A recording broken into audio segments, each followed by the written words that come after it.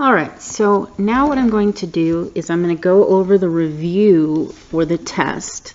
And this is probably one of the most important lessons because not only am I going to go over how to do the review, but I'm also going to give you a lot of tips and tricks and help you to see exactly how to improve your grade on the test to get the maximum possible grade.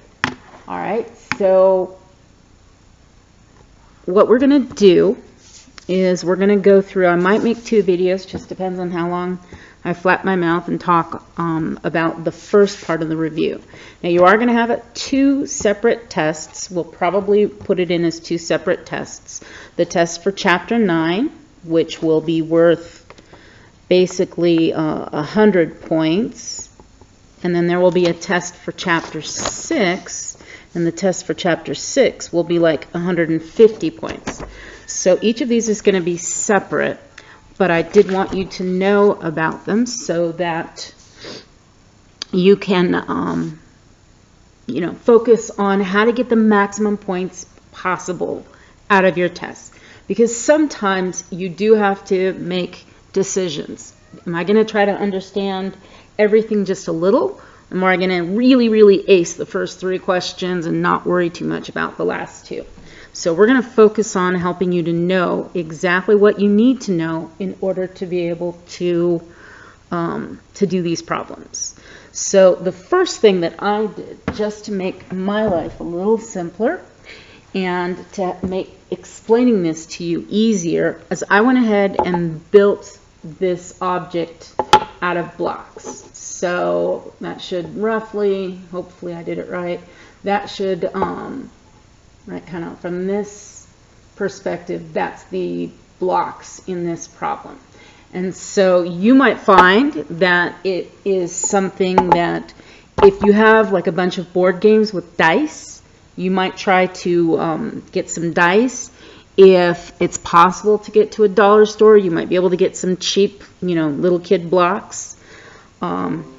So these are all options. Sugar cubes, if nothing else, if you can get some sugar cubes, you can use those to help build these objects, because you'll have an object like this on the practice test and you'll have an object like this on the real test. Some people really need to physically touch it. I even colored in the sides so that I would be able to visualize what's going on.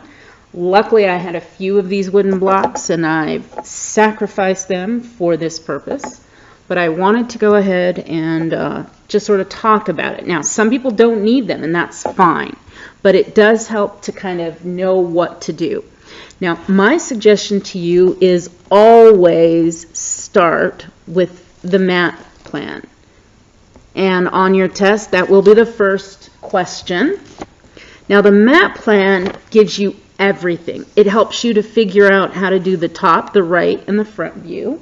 And it helps you to find the volume. So if you can get this right and you know how to use it to do these other 2 things, that's going to be, getting this right, 60%. You'll have a 60% on this test. If you can get the volume right, which if you have this right, this should be pretty easy, then you'll have 70%. And if you know how to use this to make these easy, then now you've got 80%. And if you know how to use these and find the hidden surfaces, finding the surface area, now you've got 90% on your test. And that's all stuff that's covered on the lesson 9.1.1c. Now I did put in a key. I posted the actual answers to problem number 3. So you might want to check your work, compare it against the answers, try to figure out what happened. One of the things I did is I colored in the picture that goes with 9.1.1c. And then I showed you by different colors exactly where the missing sides were or hidden sides so that you could figure it out. So now, one thing to keep in mind is that this is the front of the object. This is the right side. That's the top. So it does help to know that when you're doing your map plan, this is going to be the front. You can't do it any other way. I'm going to try to emphasize that. I think I put that even on the diagram that I put on the test where it says front and right. So it matters that you have everything in the right place. So I always like to go to the far back corner. Some people might like the far front, but sometimes it's hard to tell. But I can see that this is the back corner. There's nothing behind it, and there's not going to be any tricks. When it says no blocks are hidden, there is a block underneath this one. And we can't see it, but it's not hidden because we know the blocks can't float. Since these two can't float, we know there's one underneath of it. But there's not going to be any that are behind that stack on the ground trying to trick you or trip you up. So do keep that in mind. So when I look at this, I see that there's 2 in this far back corner. So I'm going to go ahead and put a 2 here. And then right next to that, I see there's only 1. And then here, I see 2, but I know there have to be 3. And then I can't see any right here. And we know there's not going to be any that are hidden, so I put a 0. The next thing I'm going to do is right in front of my stack of 2, there aren't any. So I'm going to put a 0 here. And in front of my stack of 1, same thing. In front of my stack of 3, I have 1. In front of my stack of none, that's these 2. And then I'm pretty much done. There's no more in front of the stack of 1 and in front of the stack of 2. But I have to put a number in every space. So if there are no cubes in that particular stack, I have to put a 0. So that's important, because if you don't do that, you are going to lose some points. Now, that's usually where I begin. On your test, I think the second question is to do the top, the right, and the front view, then the volume, then the surface area. So we're going to go in the same order. Now, the top view is the easiest. If I look at my map plan, everywhere there's a number, I'm going to go ahead and just shade in, just so I can kind of see what's going on. So now I see the space that needs to be shaded. Now, some people like to start towards the bottom of the picture. Some people like to start towards the top. For me, it kind of depends on what view. Like when it's the top view, I start at the top of the diagram. When it's the right view, I start at the right of the diagram. And when it's the front view, I start at the front. That's just me. So in my top view, I notice that I have 1, 2, 3. So I'm going to shade in 1, 2, 3. And then in front of that one, I have 2 more here. So this should look identical. Now notice I'm using a highlighter. You can use a highlighter if you want. If you use a yellow one, make sure it's visible. So what I like to do is use a highlighter and then outline it. What you don't want to do is just draw the box, because if I can't tell for sure which ones you mean to be shaded in, then I might not be able to give you the credit you deserved. So I've now got my top view. I've shaded in, and it exactly matches where I have none, everywhere there isn't a 0. So these 2 should match. They do match. Hallelujah, I got it right. Now let's do the front view, because I think the front view is many times easiest, because that's sort of the most obvious view we have right here. But we also have it, in this case, it's lined up here.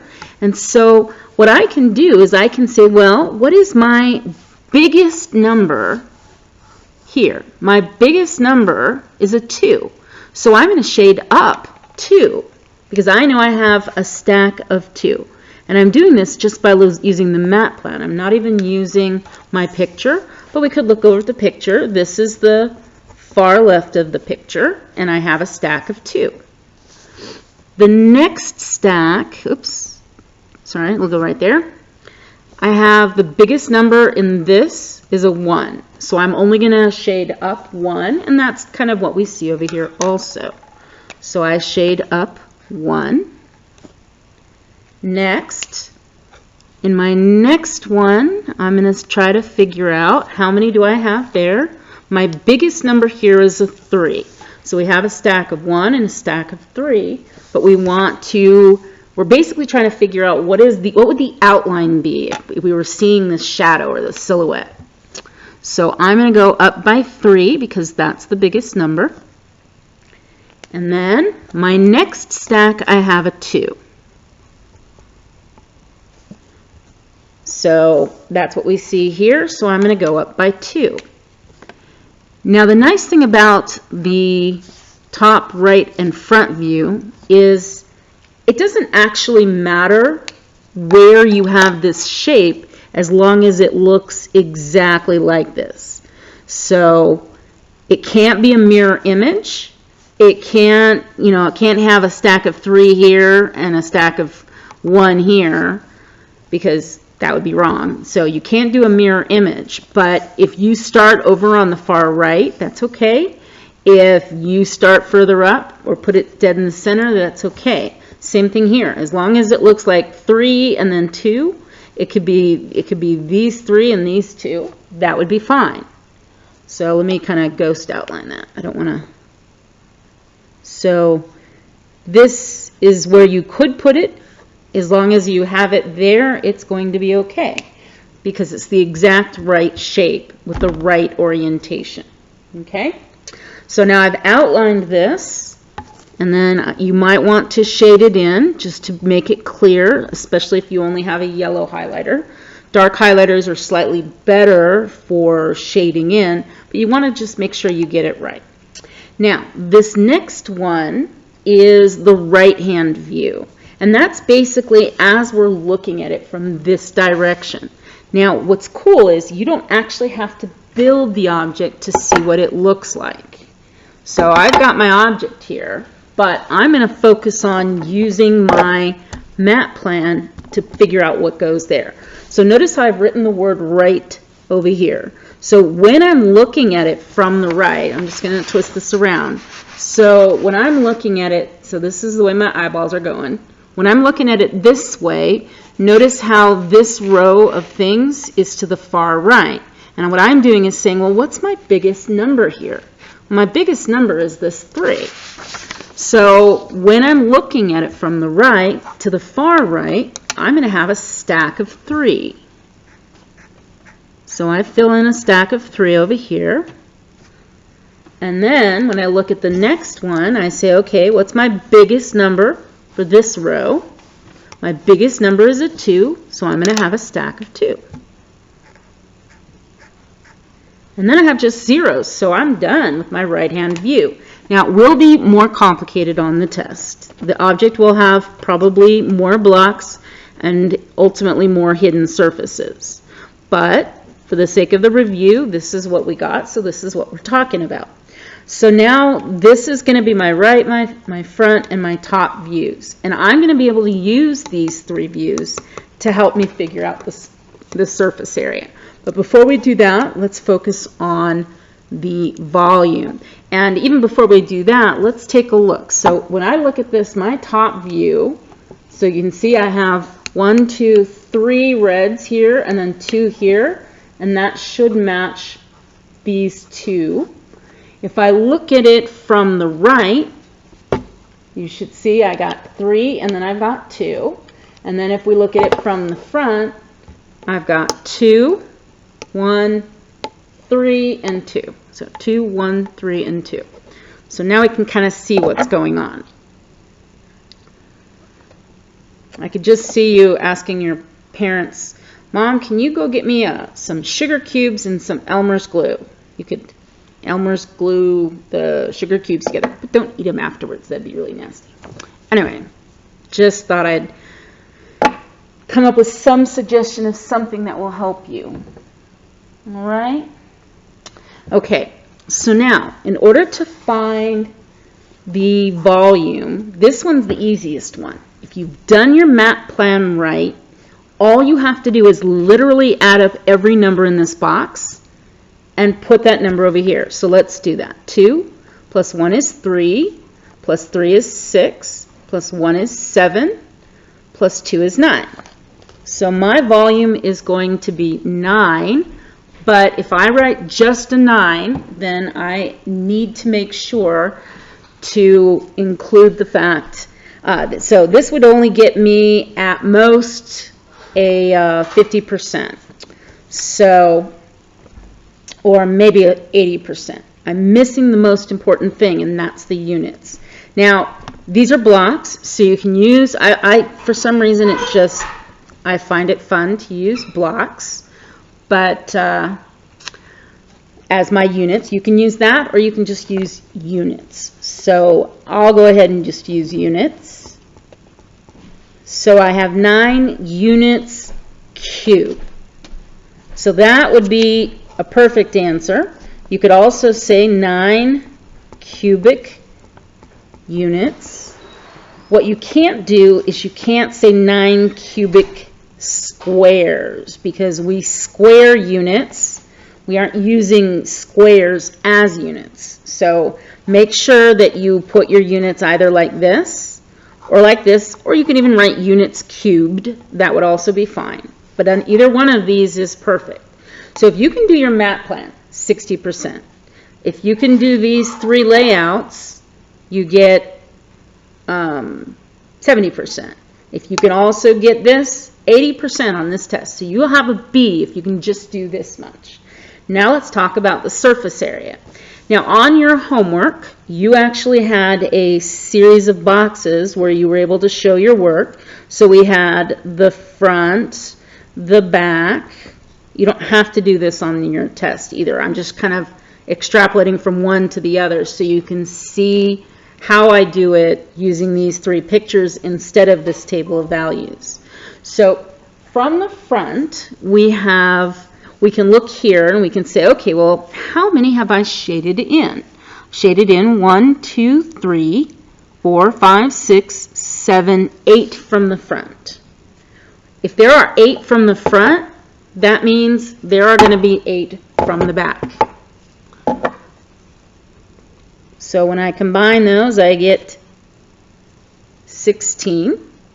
Now, what I usually would end up doing is just writing the number I've shaded in here, and then I'm going to multiply that by 2 to get my 16. So I can just do that right here as part of my work, although you probably do want to snap a photograph of this before you write all over it.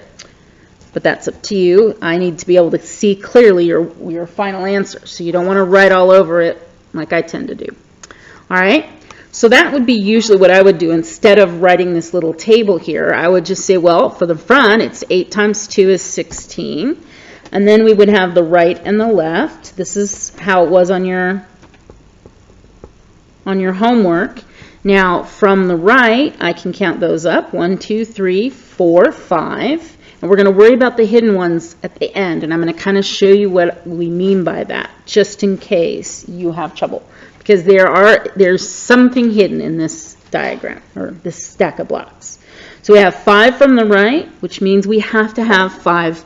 So 5 from the right equals 5 from the left. And so when I combine those, I get 10, or I can just do that right here. The next thing I'm going to be doing is the top and the bottom. Now the nice thing about top and bottom is they're never going to have anything hidden. The only way they could have something hidden is if I had anti-gravity on these and they could float. That's the only way. Since they can't float, my anti-gravity machine isn't working, so we have to assume there's never going to be anything hidden from the top or the bottom. And we haven't even worried about hidden anyway, but we never have to worry about it here. So I can look over here on my top view and say, okay, I have 1, 2, 3, 4, 5. So that's how many I have from the top, which means that's how many I have from the bottom. I can just do the work right here and get 5 times 2 equals 10. So my surface area is going to be these 3 numbers added up, plus I have to deal with the hidden ones. So let's go ahead and add these up. So 10 plus 10 is 20, plus 10 is 36. So that's almost my final answer. But we do have to look and see, are there any gaps? So if you look at this straight on, you see 5 blue squares. But if we change the orientation, suddenly you should see another blue square. That's because we have this gap right here. And this stack is hiding this gap. So this block is blocking this one. And so this is a surface that's hidden from the right. Now from the front, there are no gaps to hide anything. So we really only have this blue one here that's hidden from the right, But if I have one hidden from the right, that means I'm going to have one hidden from the left. So because I have hidden, I discovered 1, and then of course I'm always going to multiply it by 2, so I have 2. Now let's take a look at the diagram. So when we're looking at the diagram, if I count the ones that have this sort of darkest shading, I've got 1, 2, 3, 4. There's going to be another one hidden back there, and then there's this one. This one right here is the one that's hidden from the right, and there's going to be an identical one hidden from the left. So that's where I see that. Okay, so I'm going to take my 2 hidden plus my 36 that I found by doing all of this work. 36 plus 2 is 38, so that's my surface area. If I wanted to find out how many squares, units square, this is a 1 unit square right here. If I want to find out how many of those I have, this is the number of, that's the number of green ones, and then blue ones and red ones times 2. So I have 38, and then in this case the units must be squared. Now you do have to show work somewhere. You have to show, actually no, I think in this problem I don't even require you to show your work. All you have to do is write the answer. But don't forget that you do have to include the units. And because you're going to be typing your answer, you might want to just say 38 units squared. Just like that. Or you could say square units, that's also fine. What you cannot do is just type a 38. If all you do is type a 38, you will probably, because there's no way for me to see your work, then you will probably have to, you'll probably only get 50% of the points possible if your number is right, but you don't demonstrate that you understand about the units. All right, so that's important because you really don't have a way unless your answer includes a description of all your work and explains everything. You don't have any way to show your work, so you don't have any way to show me how you got your number answer. So if your number's wrong and there's no work, you don't get any points. But if you have the number but don't understand that the units matter, you'll lose points there. So this video is already going on really long, so I'm going to probably finish this problem and then do a second video for the back side so that you can watch them separately. And so this last thing, so we're going to make something bigger by a scale factor of 5. So what we need to do is we need to figure out how to get that answer, really. So we need to first look at our volume. Our old volume, and I'm going to just say volume old, is 9 units cubed. And this one you will have to show your work when you upload a file that shows the picture of how you got these answers. So the old volume is 9 units cubed, and our scale factor is 5, and we are always going to do to the scale factor what we do to the units. So I'm going to cube my scale factor, which means I'm going to take 5 times 5 is 25, times 5 is 125 cubes. So my new object is going to be this many times bigger. So I'm going to take 9 times 125. That's going to give me a big old ugly number, and whatever that number is, I'll let you calculate it. That number, and then I have to have units cubed. So that's going to get you your volume. And what's nice is if you understand how to do this, you're going to be able to get the answer. And if you can get these two but not explain yourself well, you will still get 80% of the points possible. So if you can get one of these, including units, then you'll get 50%. If you get just the two numbers but nothing else, you'd have 20% of the points possible for this problem. But then for the to get all of the points, you have to have both number and units correct for both, plus an explanation, because this is the level 3 question. All right, so now our surface area, we're going to take our old surface area, which is 38 units cubed, or squared, sorry, units squared, and we're going to take our scale factor and do with our scale factor what we do to the units. The units are squared, so we square the scale factor. So we're going to take 5 squared and we get 25. So my new surface area is going to be the old surface area times this 25. That's going to give me my answer. I'll let you calculate the number, but the units are going to be squared for surface area. All right, and I kind of verbally explained how I did this, so I'm not going to make this video any longer, but basically what I said up here about what we do with the scale factor and the units, that would be what you'd want to put in your own words.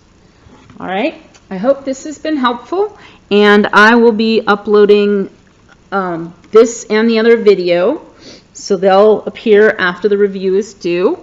My suggestion is to watch this before you do the practice test. Hopefully you're actually watching this before you do the practice test. And then after you're done with this, then you can move on to the other one, to the other review and the other part of the practice test. Okay? Thank you for watching my high technology videos, and I will be back with this side, and I think a much shorter video, I hope, in just a few minutes.